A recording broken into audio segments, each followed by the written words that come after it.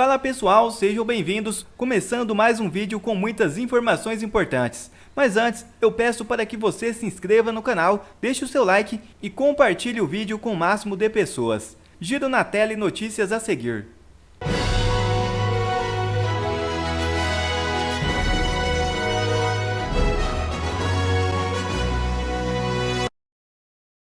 Urgente. Na calada da noite, o PL da Globo pode ser votado. É isso mesmo.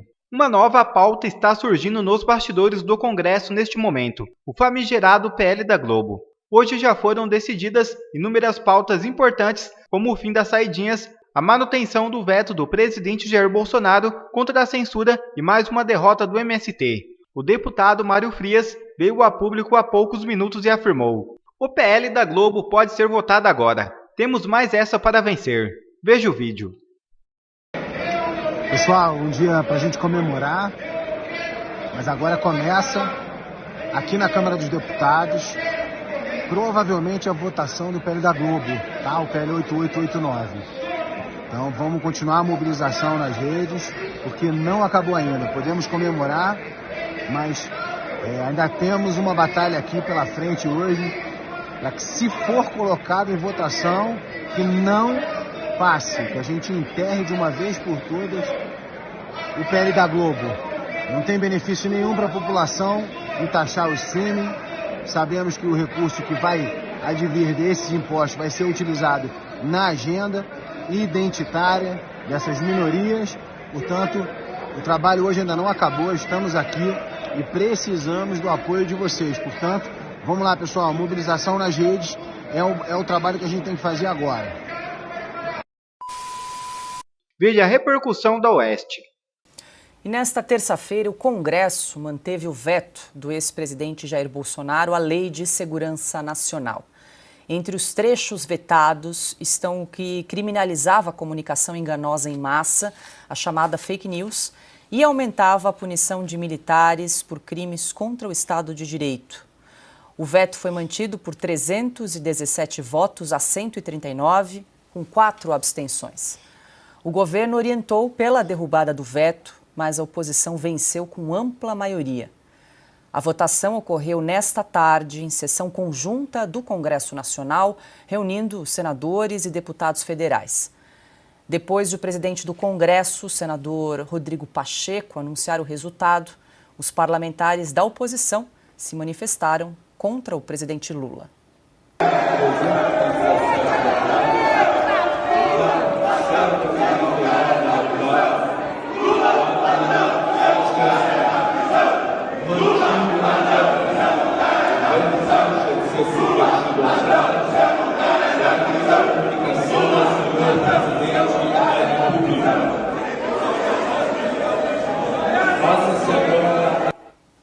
Silvio, começamos aí com você. Esse resultado saiu agorinha há pouco no Congresso, foi uma vitória aí maciça para a oposição. O veto foi mantido, lembrando, por 317 votos a 139.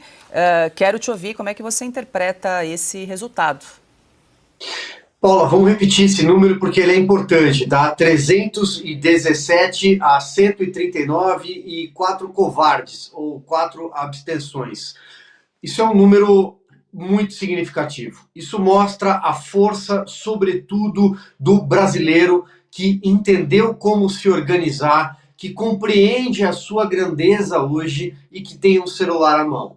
Isso mostra a força das redes sociais, que não serão caladas por nenhum subterfúgio, por nenhuma manobra, seja por meio de um veto como era esse, seja por meio de uma resolução do TSE, como nós trouxemos ontem naquela entrevista com o Dr. André Marcília, uma tentativa de criminalizar fake news.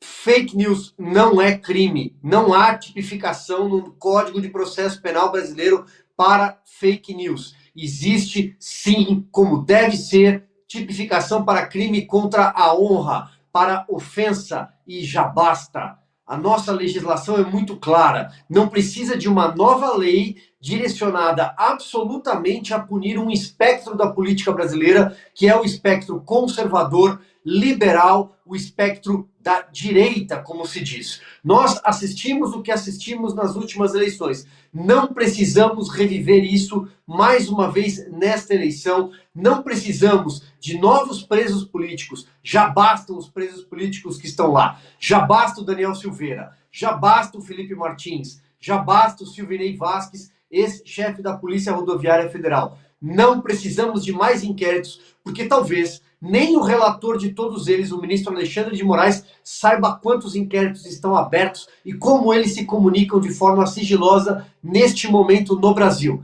O Brasil precisa virar algumas páginas. Chega, basta de inquéritos sigilosos que tem 5 anos, 4871, tem o inquérito 4874. O Brasil precisa avançar. A nossa democracia precisa voltar ao eixo, a normalidade institucional, o artigo 2º da Constituição, poderes independentes e harmônicos entre si. O Brasil não precisa criar o crime de fake news, um Ministério da Verdade, numa engrenagem que é comandada por pessoas que têm projeto totalitário, seja no Supremo Tribunal Federal, seja dentro do Poder Executivo, e aí sim, estou falando da Advocacia Geral da União, estou falando de determinadas procuradorias sem amparo constitucional, criada no guarda-chuva da Advocacia Geral da União, e estou falando de pessoas que cruzam a praça nos 3 poderes, do Poder Executivo para o Poder Judiciário, sem nenhuma, aliás, vamos ser mais exato, sem nenhuma desfaçatez, numa mistura de poderes que não faz bem à República. Ana, uma vitória, uma derrota, né, esmagadora para esse governo, com essa votação aí de 317 votos a 139 pela manutenção aí do voto. E o que está do veto? E em jogo, né, estava a possível criação de um novo tipo penal, tipo da fake news. Lembrando que nós já temos no nosso Código Penal os tipos, né, os crimes de calúnia, injúria e difamação. Em jogo, a possibilidade da criação de um novo tipo, sendo que até conversamos ontem com o advogado André Marcília, né, estava muito confusa a redação daquele texto, era muito difícil entender quem seria, quem estaria cometendo o crime. E em jogo, né, uma pena de 5 anos de reclusão, prisão, pena privativa de liberdade, sem o devido debate público de algo tão sério.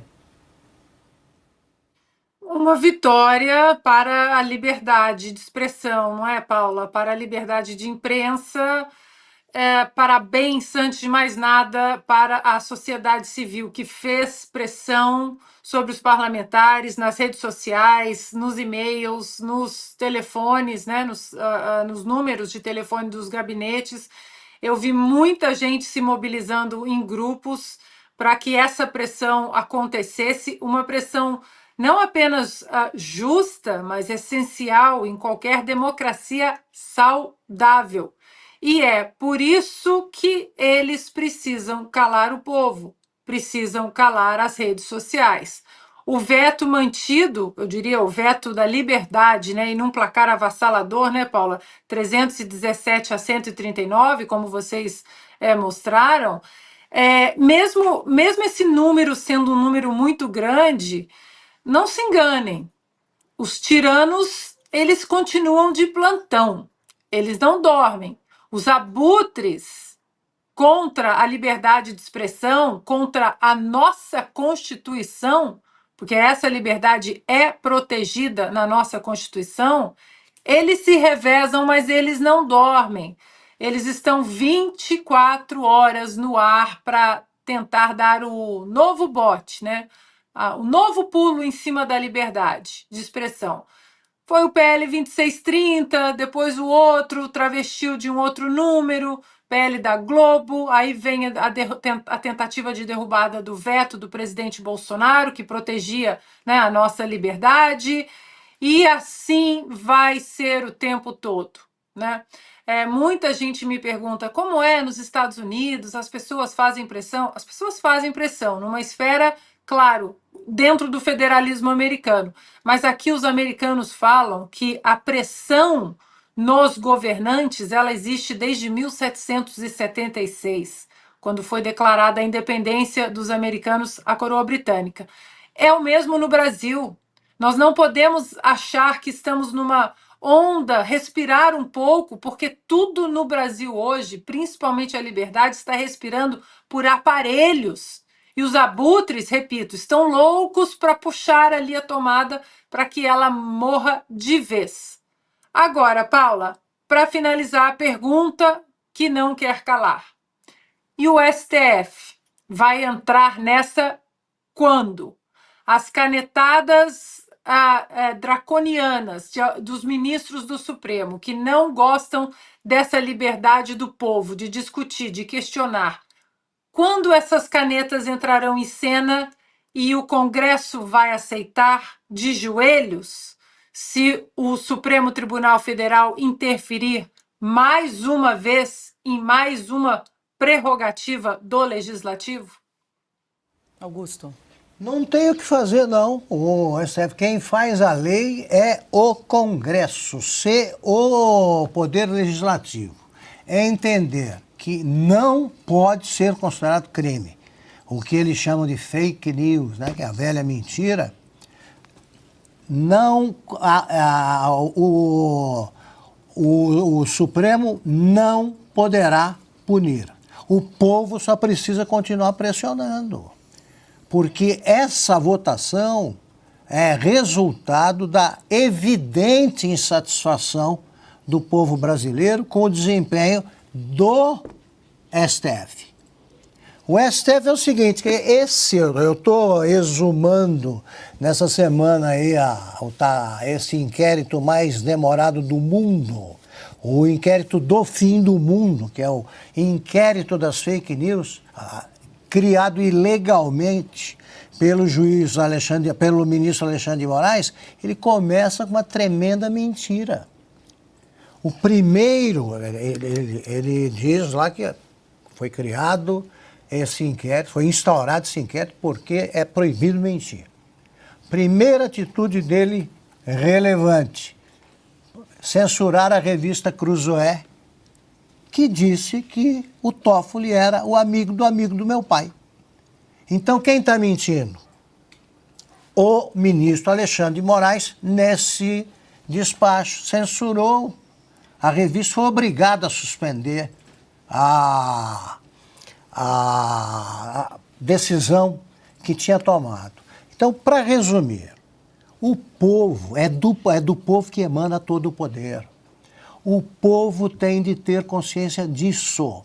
O que a Ana diz é muito importante. O perigo não passou. Mas o povo impede qualquer decisão que ele não queira.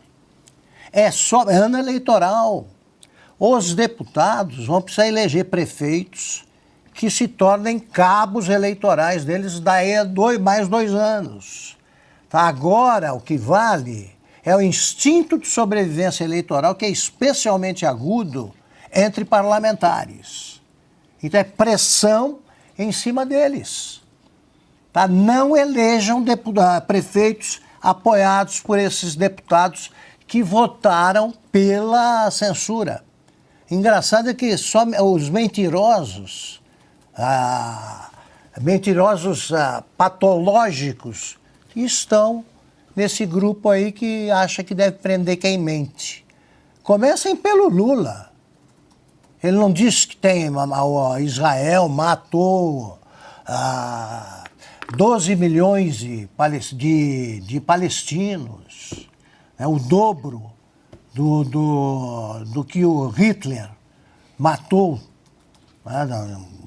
dos judeus que o Hitler matou durante a Segunda Guerra Mundial.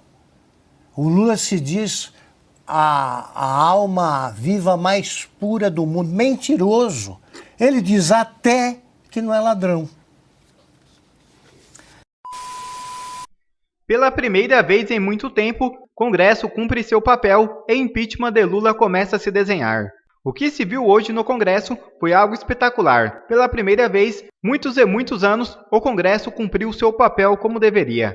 De uma só vez, os parlamentares votaram e decidiram muitas pautas importantes para o Brasil. O deputado Nicolas Ferreira resumiu as decisões de hoje. Criticar o governo não será crime. Condenados não vão perambular periodicamente.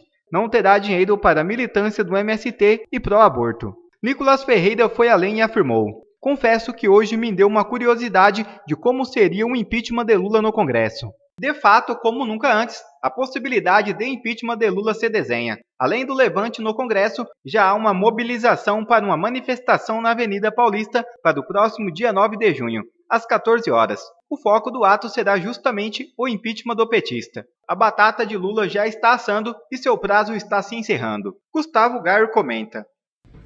Hoje é um dia especial. Hoje é um grande divisor de águas. O ponteiro acabou de virar para a oposição. Hoje foi o dia de maior derrota do Lula. Desde que o Lula voltou à cena do crime, ele tem tido uma sequência de vitórias por comprar os deputados, senadores, oferecer cargos de segundo escalão, ministérios, emendas.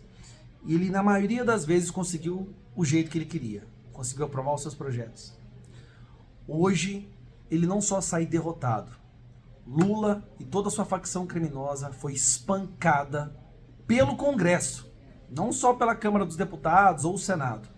O conjunto das duas casas, o Congresso, espancou o Lula hoje, em grande parte, graças à mobilização que nós tivemos. Eu vou resumir para vocês o que aconteceu hoje.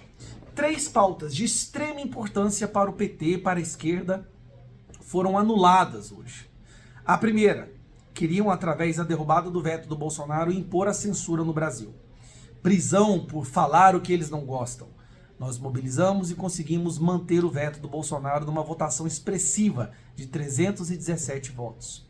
Só aí foi um golpe gigantesco nesse governo. Logo na sequência, o projeto do Eduardo Bolsonaro, que proibia que dinheiro público fosse usado para financiar ideologias como ideologia de gênero, apoio ao aborto e o MST, foi vetado pelo Lula. Nós derrubamos esse veto também. Algo extremamente caro e precioso para o PT. E no apagar das luzes, uma das principais pautas, as saidinhas. O Congresso aprovou o fim das saidinhas. Lula vetou. O Congresso foi lá e derrubou o veto. Também numa votação expressiva, 314 votos na Câmara dos Deputados. Hoje, 3 das principais pautas do PT, censura, financiar porcaria e libertar os presos, foram derrubadas. Por que é importante, além da vitória nessas 3 votações? É uma clara demonstração de que a oposição ou o Congresso já entendeu que está na hora de se distanciar do governo. Uma clara demonstração de que quanto mais longe desse governo o político estiver, melhor será a sua aceitação no público. Nós já estamos entrando num estágio onde a rejeição do Lula superou a aprovação, isso de acordo com várias pesquisas. Se as eleições fossem hoje, Bolsonaro venceria. Michele Bolsonaro é mais aceita que a Janja, e aqui dentro do Congresso, essa onda de rejeição ao Lula também chegou, através da mobilização das redes sociais. O Lula hoje sai daqui espancado, não só derrotado, espancado, linchado, cuspido, mastigado e cuspido. Talvez, com essas 3 vitórias que nós tivemos hoje, seria interessante a oposição pedir até uma música no Fantástico. Mas a gente não vai pedir porque ninguém aqui assiste essa porcaria mais. Um dia crucial e um divisor de águas. Lula chegou à cena do crime, voltou à cena do crime há 1 ano e 5 meses. E esse foi o tempo necessário para que o Congresso, até mesmo o centrão mais promíscuo, entendesse que está na hora de abandonar esse barco. 3 pautas que para eles são caríssimas, preciosíssimas, foram destruídas hoje. É uma clara sinalização do povo, através dos seus representantes eleitos, de que esse governo chegou no seu fim. Esse governo não tem mais governabilidade. Já está quebrado. Já não tem mais a capacidade de comprar tantos promíscuos do parlamento, porque já não há dinheiro em caixa. Estamos passando pela crise no Rio Grande do Sul, que demonstrou uma total incompetência desse governo. E agora só lhes resta tentar governar através da caneta do STF. Porque aqui, no Congresso, eles perderam. Se você fizer uma análise no placar Congresso, que mostra a votação dos deputados desde o primeiro dia dessa legislatura, desse governo, você vai ver uma clara transição Aqueles que costumavam votar com Lula já não estão votando tanto. Aqueles que estavam meio a meio já foram para a oposição. Há uma transição constante, crescente, de pessoas saindo da base do governo, indo para a oposição, se afastando do Lula e de toda a sua facção criminosa. Esse é um dia histórico, porque a partir de hoje, preste atenção, dificilmente esse governo conseguirá aprovar as suas pautas. O Brasil começa a ver uma luz no fim do túnel. Se a derrota para eles é uma gigantesca vitória para nós. Um abraço. Quer ver mais conteúdos como esse? Então inscreva-se agora mesmo no canal e ative o sininho das notificações. Assim você não perde mais nenhum conteúdo que é postado aqui no canal. E também já deixe o seu like para o YouTube ajudar a divulgar o nosso trabalho. Fico por aqui e que Deus abençoe a todos. Brasil acima de tudo e Deus acima de todos.